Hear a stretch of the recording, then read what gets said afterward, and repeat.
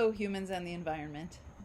I just wanted to record a short introduction to the video you're about to watch, which is the lecture on the Anthropocene. It's stormy weather here today, so you'll hear the thunder. Enjoy the atmosphere. Love a big, good storm where nobody gets hurt. I just wanted to mention that I recorded this lecture a couple semesters ago, and I didn't mention the carbon footprint sham in this lecture because that piece, which I've also included this week, is a little bit more straightforward, a little bit more accessible. But there is one of the paper prompts that incorporates that piece, so make sure you've read it. I think it really supplements the material we're looking at from the Suzuki and Dressel piece this week. I think it supplements that well. And I also, in this lecture, had included some articles previously about just current climate events. So the ones that I mention today are from last summer. But there's always current climate events happening. So I encourage you this week to take a look at the news. This has been the hottest, what I heard, the hottest year basically in recorded human history, which is kind of shocking. If you let that sink in for a minute, you know that the climate is making news because of how your life experience is going, I'm sure. I mean, that storm that we had before the start of the class, that was a really big event in Durham that we're still seeing some repercussions from. Just take some time to look at the climate news, see what's going on in your hometowns, in Raleigh, what the heat has meant for people, what kind of experiences people are having because of the way that climate is impacting everyone now. Here's my dog, Mordecai, and I will leave you with that. I hope you enjoy this lecture. Hello, class. Welcome back to our lectures. I have so much to share with you today. My head is just buzzing with excitement. I can't wait to offload some of this information because I'm having a hard time holding it all in my mind. So I feel like I'm carrying a big bundle of groceries or something. So here we go. Today we're going to be talking about the Anthropocene. We'll start by asking, what is the Anthropocene? And then we'll move on to discuss carrying capacity and ecological footprints, water, land, and air, our effects on these aspects of our environment. And we'll end by talking about Love Canal. The main text for today is a chapter of this book called Naked Ape to Superspecies. And I'll say more about this book when we get there. But this is going to take us through most of today's lecture. I've also assigned a short podcast for today about the Anthropocene and a few articles about the current events happening on the west coast of the U.S., and that is current as of early July, which is when I'm recording this in 2021.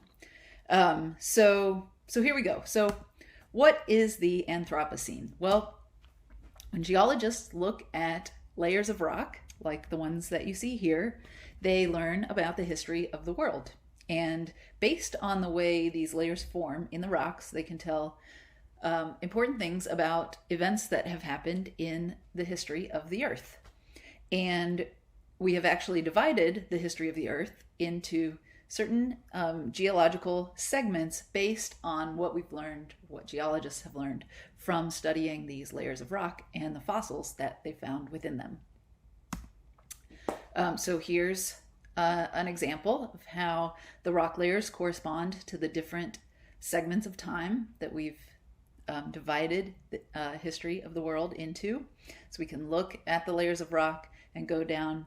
As we go down deeper and deeper within the Earth, we also go further and further into the history of the world. Geological time is divided into all these different eras and periods and epochs, different ways of classifying the history of the world into these different eras. And you'll notice now that we're in the Holocene, the most recent epoch, but there's been a proposal that we've actually started a new epoch based on changes that humanity has caused to the earth. And so we should see ourselves as having exited the Holocene and begun a new epoch called the Anthropocene. The Anthropocene is this unofficial name, okay, so this hasn't been officially adopted by the societies that name geological periods or epochs. But it's a proposal and it's becoming more popular. And the idea is that humans have had such a profound impact on the planet that it's likely to be apparent in rock formations hundreds of thousands of years from now. So if you think hundreds of thousands of years into the future, even millions of years, what are geologists going to learn about the time that we were alive?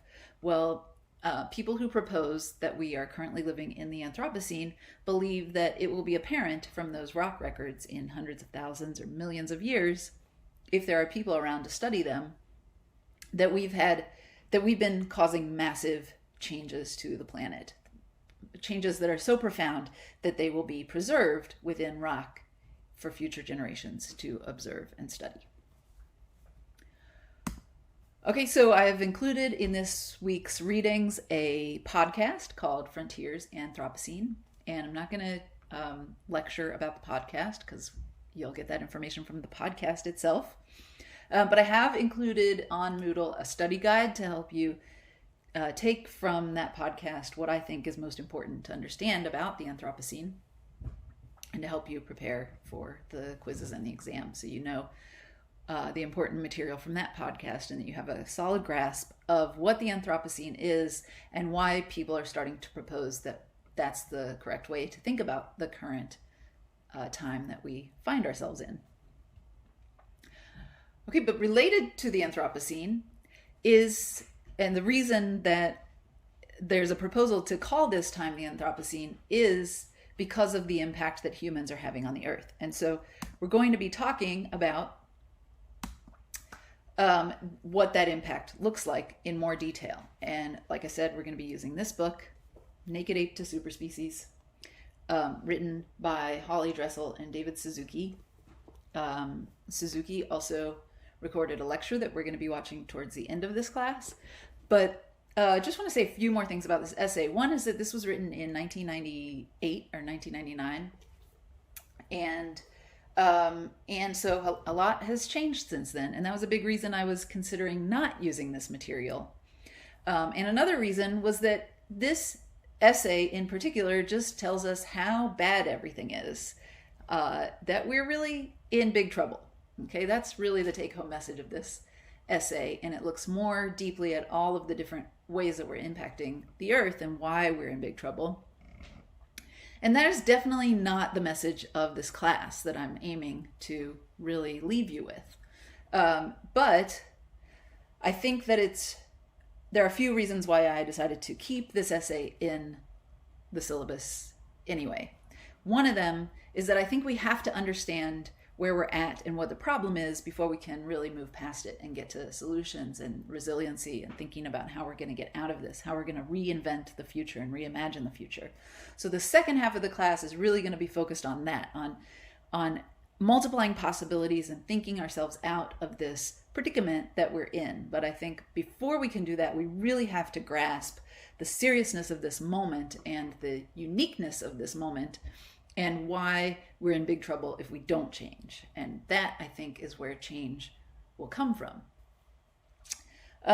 Another reason is that I read this book as a first-year college student in 1999, or around there. And a lot of the imagery from this chapter and a lot of the imagery had a really big impact on how I thought about my role within the world. But a lot of it's the same. Like a lot of this information, while there are different statistics that we could update, and I have updated some of them in this lecture, but the basic problems with our relationship to the earth are ongoing. We're still experiencing them, and we're starting to see even more some of the consequences of those problems, some of the catastrophes that were predicted long ago, that we are currently witnessing. And so I think this text is still very relevant and still I think is valuable for some of the imagery and just the breadth of how much different concepts get pulled into this chapter and how important all these different concepts are. And it sort of gives us a launch pad for engaging in this material throughout the rest of the semester. Okay, so that's just a note that even though this is 20 years old or more, I still think it's relevant, and I still have a lot of reasons that I wanted to include it. So I hope that you get something from this chapter.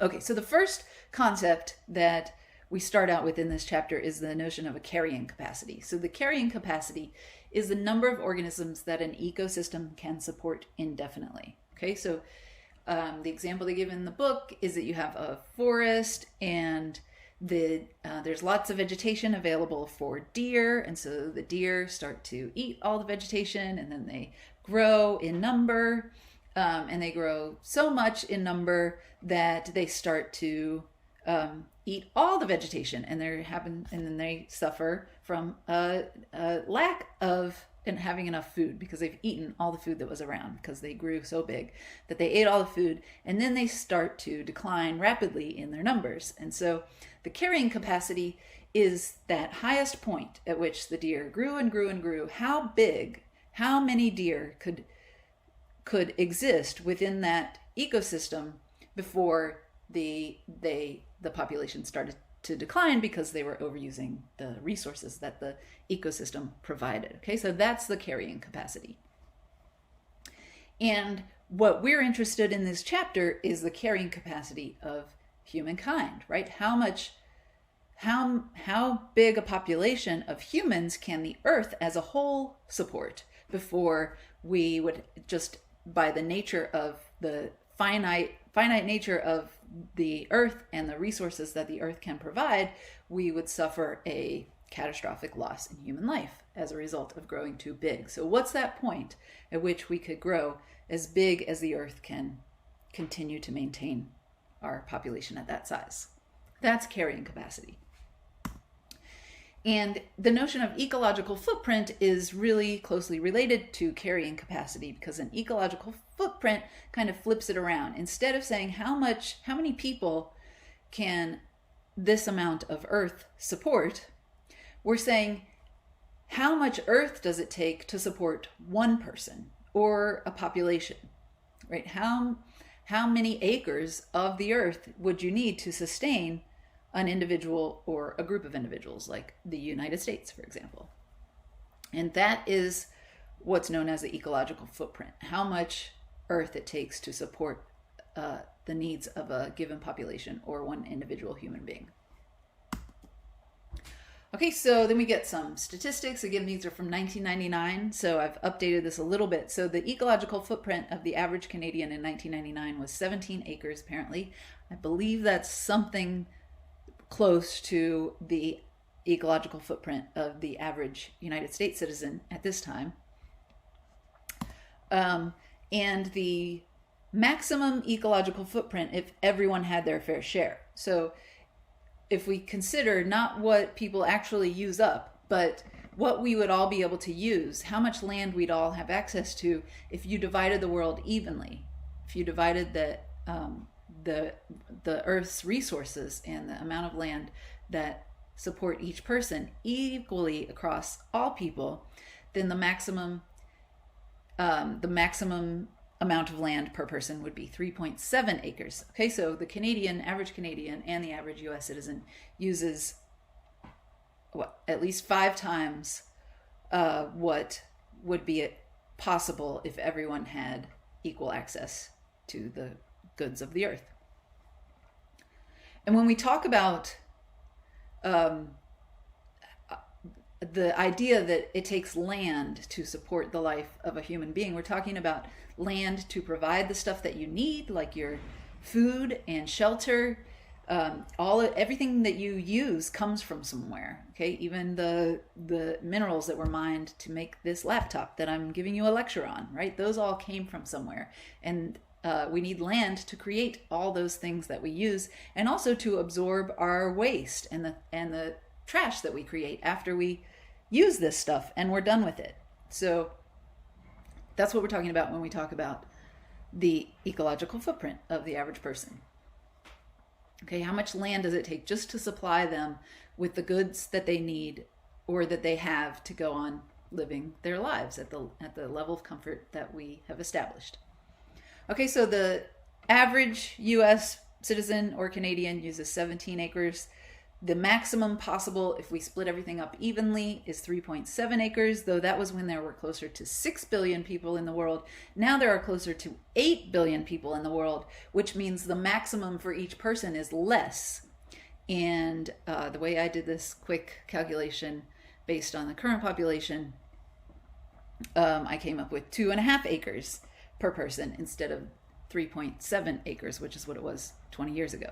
Okay, so today, if we divided all the land equally, given how many people there are and how much productive land there is, we would get 2.5 acres per person. And we should also notice that because we use far more than what would be allowable if things were distributed equally, that means other people are using far less than what would be allowed if everything were distributed equally. And so as a random sampling, we get the average footprint of a Bangladeshi, a person living in Bangladesh, and that happens to be about 1 acre, somewhere around there, between 1/2 acre and 1.5 acres is what I found based on the math in the book. Okay, so how does that look in a chart? Because I like charts in this class. Well, here's the Canadian with their 17 acres. Here's our fair share at 2.5 acres and a Bangladeshi there with 1 acre per person. Okay, so this is just about how much of the world we consume throughout our lives. Okay, what this shows, according to the authors, is that if we reduced our consumption even a little, people in developing countries would have a much better chance of increasing theirs. And that the ecological footprint of humanity is 35% larger than the ecological capacity of the world. Well, how is that possible? If you average out what we're actually using, well, what that means is that we're using up our what's called natural capital. So we started out with plenty of world to consume, right? Because there weren't that many people in the world. So there was there were endlessly replenishing rivers, self-replenishing rivers and air. There wasn't a shortage on clean air or clean water or forests, etc. We had as much as we could use, and as long as we stayed at those levels, we could have gone on using up as much as we wanted indefinitely. But now we've reached the point where we're using more than the earth can sustain, more than it can replenish on its own. And so that means that we're using up our natural capital. It's like if you have a savings account and you can either just spend the interest that it's generated every month, or you can actually dig in and use up your savings. Well, the problem with digging in and using up your savings is that you can only do that for a short period of time, and then eventually you run out of savings and you have no more interest to use indefinitely like you could have had if you had just reduced the amount that you were using and stuck to only using less than the interest that was provided by that capital. Okay, but since we're using 35% more than what the world's capacity, that means we're using up our resources and they won't be replenished. And eventually, if we keep going at this rate, then we will not be able to exist anymore. Okay, so there are two basic problems that we're talking about here. Why are we using up our natural capital? Well, one problem is that there are just too many of us. We're overpopulated. There's so many people in the world, and that growth has been really rapid really recently. Okay, so if you look at well, I had all these statistics, but I don't want to fill you with more statistics, but just look at it in the last 20 years, we've grown 2 billion more people. So that's profound, and it's rapidly changing, and it's changing exponentially. We're going to talk about what that means. But the other problem is overconsumption. So after we talk about overpopulation, we're going to talk about overconsumption because these are related. Okay, so I found this nifty website where you can watch the world population changing. It looks like this.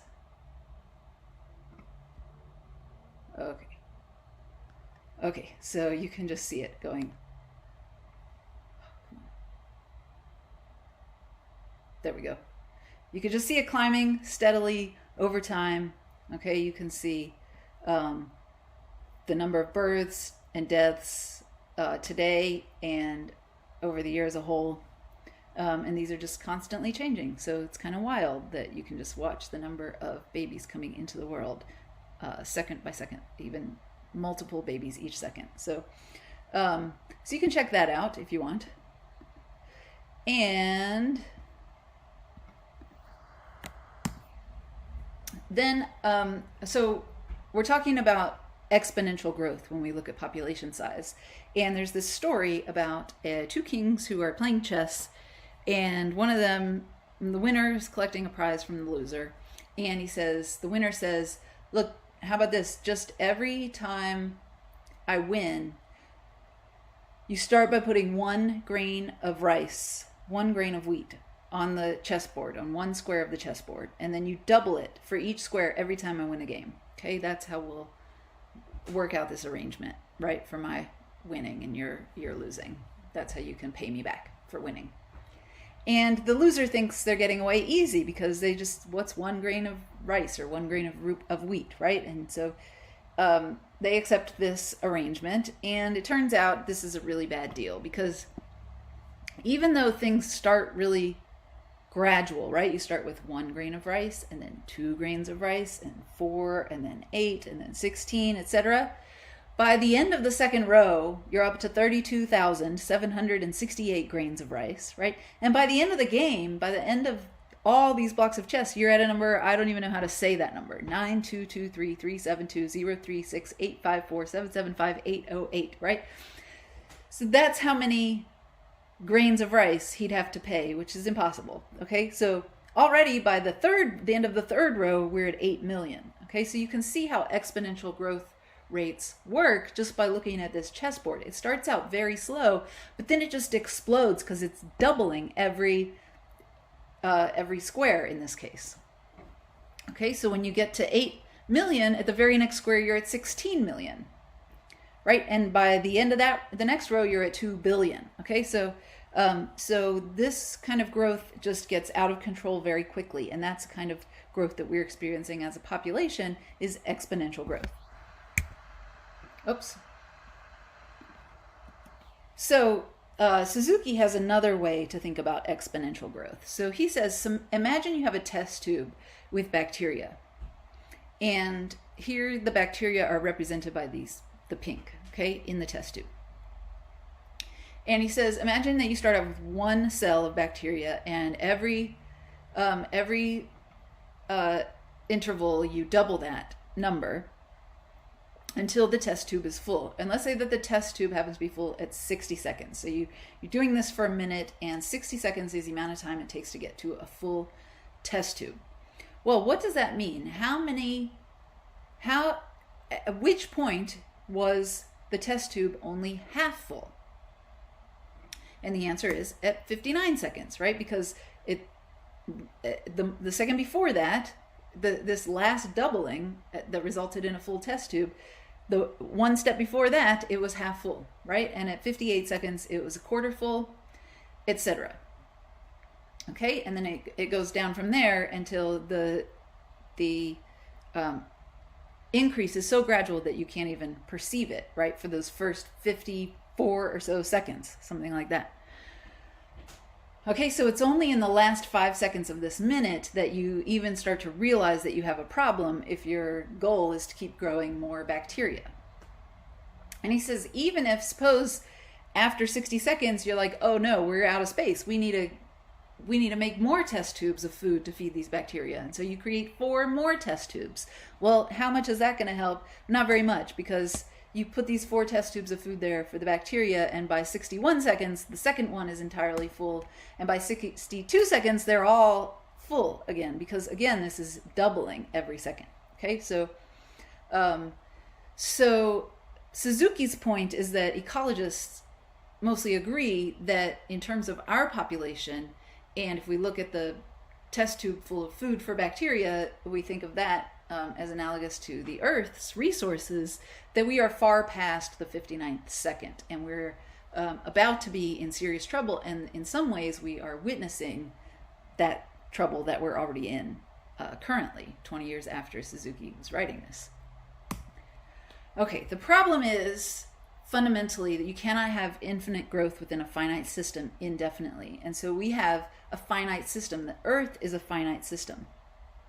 It can't support an endless number of human beings, though it could go on indefinitely if we reduced our impact on the Earth so that we are not using up our natural capital anymore and only using up the Earth at a rate at which it can replenish itself. Okay, but if we are growing infinitely and the system is remaining finite, that's the amount of air there is to absorb our toxins and the amount of earth there is to absorb our waste and the amount of trees there are to produce oxygen for us to breathe, etc. That stuff remains constant. We only have one Earth. So the fact that we are growing infinitely within that finite system is a problem, and it's bound to lead to a sharp decline in the number of humans there are at some point if we keep on this trajectory. Just like the deer reach their carrying capacity and then they die off. Well, humans, the argument is that humans are similarly situated, and that if we reach our carrying capacity, once we reach that carrying capacity, then there will have to be a sharp die-off, a sharp decline, a huge mass die-off of human beings, just given the way that nature works and what nature can sustain. So Suzuki talks about a few ways to curb population growth, primarily focused on female empowerment, giving women control over their reproductive rates. Okay, so some ways to do that are female literacy, employment opportunities for women, lower infant mortality, and fertility control. And it's worth noting that the population growth has shifted since this was written, and so you can look up those changes on your own. But a lot of these changes, a lot of these strategies have been implemented, and so the population is not growing as fast as it was in 1998. Okay, but like I said initially, there are two basic problems. One is overpopulation and the other is overconsumption. And so if we're only focused on overpopulation, then in a way we're missing the main problem, because it turns out that well, here are some stats. So it turns out that a few people in the wealthiest nations, which is a nation like ours, control and use almost all of the resources. Okay, so the problem with population when we're talking about carrying capacities and ecological footprints is not just that there are too many of us, it's that we're in a collision course with what the Earth can provide because we're using too much of the Earth's resources too quickly. And so it doesn't just matter how many of us there are, it matters how quickly we're using up those resources.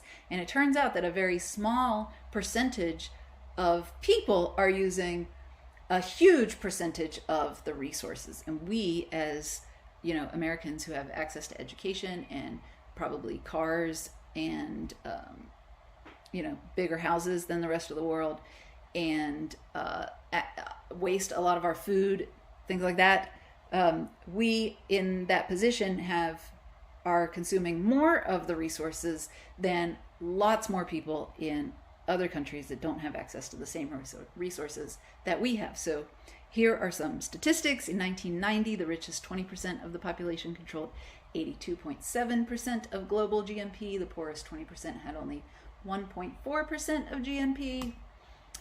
One American child will consume 40 times what a child in Bangladesh will consume. More than 80% of the planet's resources are being consumed by countries like the US, Japan, Germany, and Canada. And I did another graphic to represent that, what it looks like when 20% of the world's population is using up 80% of its resources. The dots represent the resources, and the slice of pie represents the number of people that are using that many resources. So here is a visual representation of that. And I spent a long time looking at more recent statistics about wealth distribution and resource allocation globally, and I got down a whole rabbit hole of statistics and data, and there's plenty for you to look at on your own time. I didn't want to bring more statistics into this lecture, but yeah, so the problem is not just overpopulation, it's resource consumption, how much we're actually using up. And to determine that, you have to look at your lifestyle. And when you look at the lifestyles of people across the world, you find out that a very small fraction of the world's population are actually doing most of the damage and using most of the resources.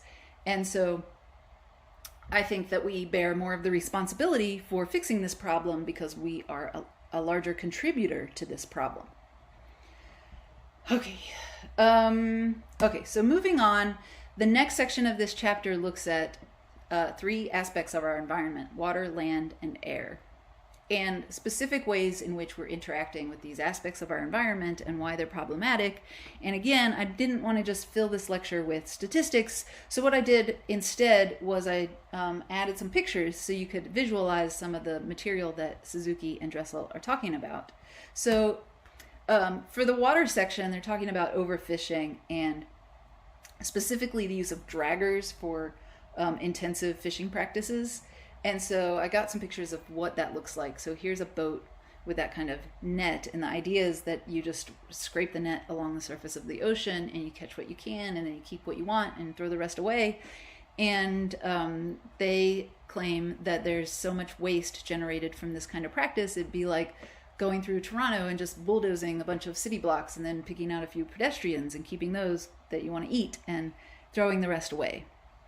And we can see that these kinds of fishing practices are destroying coral. They are destroying a lot of the biodiversity within the ocean, and it's unsustainable. Okay, so that's another example of what that looks like. Okay, but these are huge nets catching lots and lots of fish and other stuff that we don't even want. And I'll leave it to you to read more about how we're interacting with the oceans from this chapter. We're also going to watch Chasing Coral, which will allow us to dive even more deeply into this topic and witness visually what kinds of changes we're causing in the oceans. Okay, the second topic is the land section, where they talk about deforestation. This is a photo from Wired.com from the AP, Associated Press. And here's what deforestation looks like. I also found a cute infographic about what's causing deforestation. This is from 2019. And you can see this bar on the far left shows that 41% of deforestation is due to beef production. Okay, it's not just the land that we need to raise cattle, but it's also the land that we need to raise crops to feed to our cattle and to feed to other livestock that we eat. There's more about this on Greta Thunberg's Twitter account, which we're also going to be looking at later in the course. But just showing why we're cutting down the forest at the rate that we are. Mostly it's beef production and agriculture. Almost entirely agriculture. Some we use for wood, furniture, paper, lumber, stuff like that, but by and large it's forests are being destroyed so that we can have the kind of food system that we have, which again, this is all unsustainable.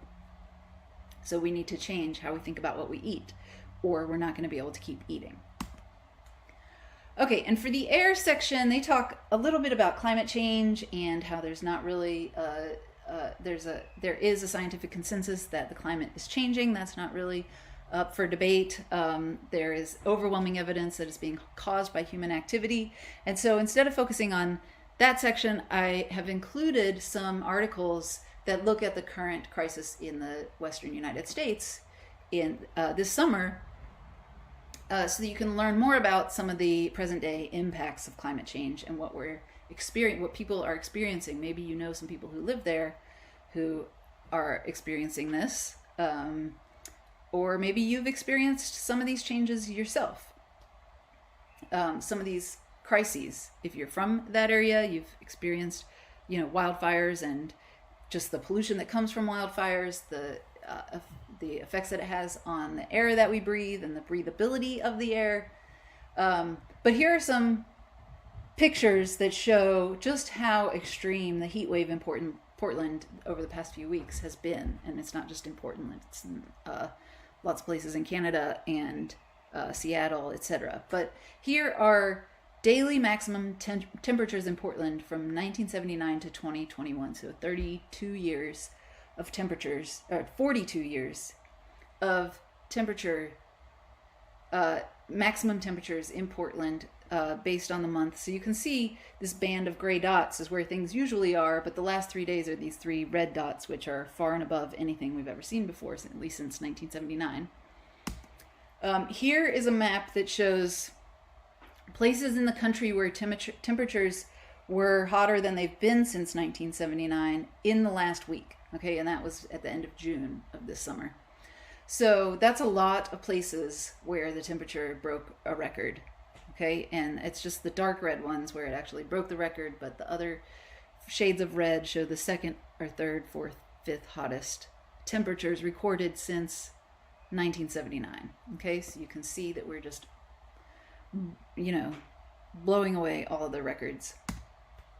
And finally, here is a picture from the Portland Streetcar Twitter account in which they're showing melting cables. So in Portland, and this was June 27th, 2021. So in Portland, they were planning to use public transportation, their streetcars, to get people to cooling centers, because a lot of people don't have air conditioning because normally temperatures don't get very high. But just when they needed them the most, the cable cars actually started melting because of the heat. Okay, so this is one way in which, some of the catastrophic effects of climate change we're just starting to understand and appreciate, and it's also blowing away even what scientists had predicted. Right, these changes are more extreme than was anticipated, and there are more ways in which they affect people than what we can foresee. So take a look at those articles and learn more about how climate change is impacting our present day US. Okay, and it's not just heat waves, though heat waves are unique because they affect a lot more people than things like floods, okay, or more local disasters.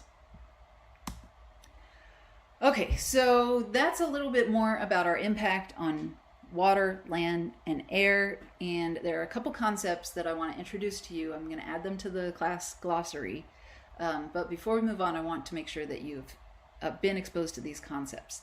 The first one is the tragedy of the commons. So the idea of the tragedy of the commons is that you have a resource that everyone can access, like clean air or water, and everyone thinks, well, if I just use a little bit, then it wouldn't be a problem.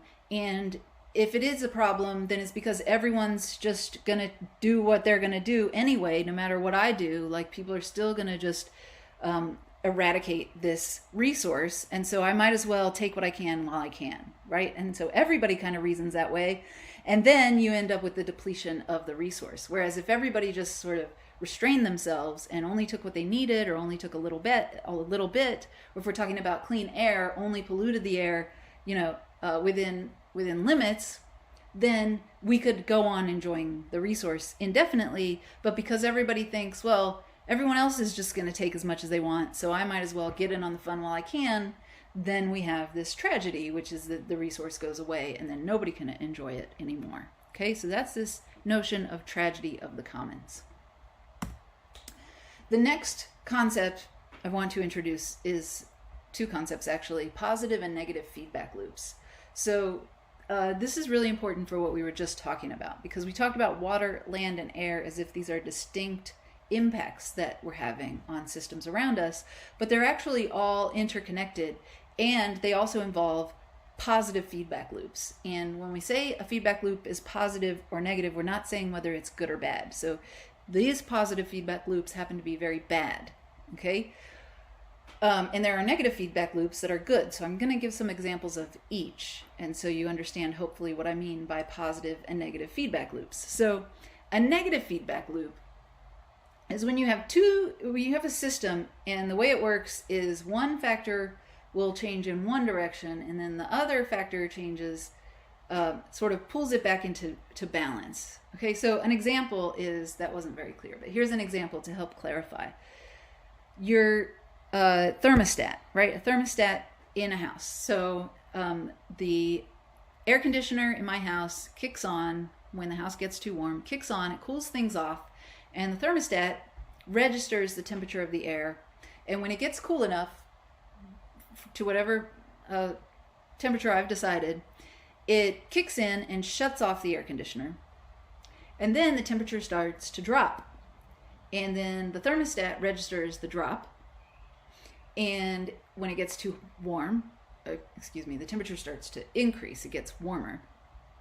And as the cool air goes away and the heat picks back up, then the thermostat eventually kicks back in and says, oh, it's too hot in here. I need to turn on the air conditioner, and the air conditioner comes on. And so you have this back and forth. It kind of keeps itself in check. It gets too hot, and then the air comes on, and then it goes down, and then the air shuts off, then etc. Okay, so that is a negative feedback loop. And in the case of thermostats, it's a good thing because I want my house to stay at a comfortable temperature. A positive feedback loop, which again is not always good, and in this case it's very bad, is when things just kind of spiral out of control. Okay, so you don't have that natural balance back and forth, up and down, like you do with a thermostat. In a positive feedback loop, well, here's an example of a good positive feedback loop. Eating well and exercise. Okay, so if you go for a run, say you're feeling crappy and unhealthy, right? Well, you decide to get some exercise. Well, it turns out that when you exercise, a lot of things happen in your body and make you feel better. And one of the things that happens, that I've experienced anyway, is that you don't want to eat as unhealthy, right? When you come back from a run, you crave healthier foods. At least this is my experience. Maybe your experience is different, but that's a good thing because then you eat better. And when you eat better, you want to be more active because you start feeling better. You feel like being more active. Okay, so that's a positive feedback loop because the healthier you get from exercising, then the healthier your appetite becomes, and then you eat better, and then you become even healthier. So you just keep getting healthier. So if you're not feeling very good or very fit, very healthy, the good news is that there's a positive feedback loop back to good health. Okay, you just got to get on the right track. Of course, it's not that easy, but in my experience anyway, those things are true. So the better you eat, the more active you feel like being. And the more active you feel like being, the healthier your appetite is, the more good stuff you want to eat.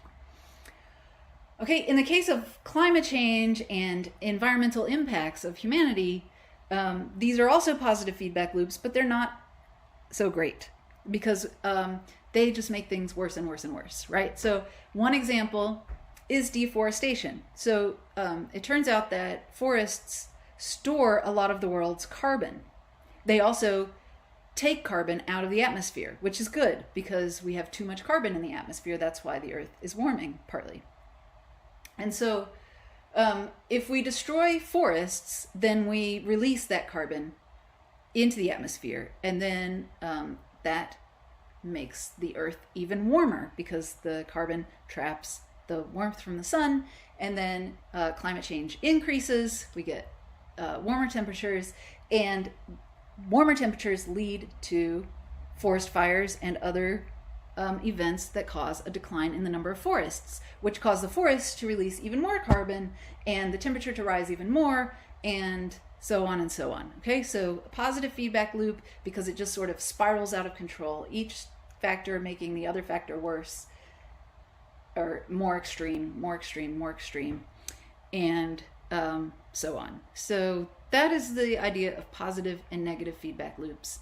I encourage you to try explaining this idea to someone because it's really important for understanding ecology and how these systems connect to one another.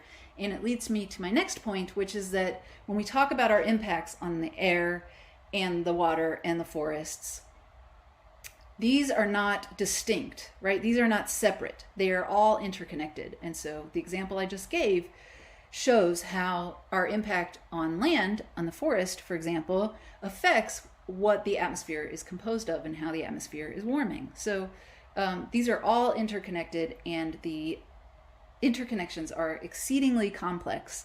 And we're going to look at a few more specific aspects of these interconnections when we talk about coral, by watching the movie Chasing Coral, and insects and microorganisms.